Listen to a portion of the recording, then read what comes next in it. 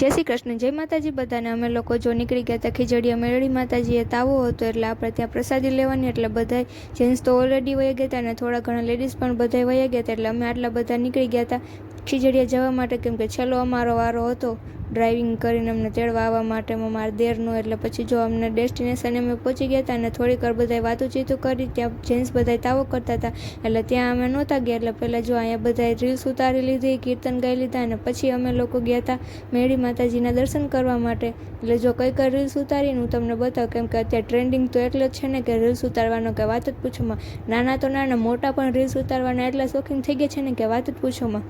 એટલે જો તમને કરાવી દો મેળી માતાજીના દર્શન, અને જો આ બધા કેવા રીલ્સ સરસ મજાની ઉતારે છે, આપણને પણ એમ થાય કે ના બધામાં છે તો ખરા જો ટેલેન્ટ આપણે। તમ તાર કોઈને વિડીયોમાં લેવા હોય ને તો કહેજો, તમ તાર અમે બધા અવેલેબલ જ હશો। એટલે જો તાવો થઈ ગયો, દર્શન પણ કરી લીધા અને જેન્ટ્સ જમવા માટે બેસી ગયા હતા અને હવે આપણે લેડીઝનો વારો છે જમવામાં। એટલે જો અમે લોકોએ પણ જમી લીધું। હા, અને મારે ચેનલને સબસ્ક્રાઈબ કરતા જાજો, લાઇક, શેર અને comment. Thank you so much.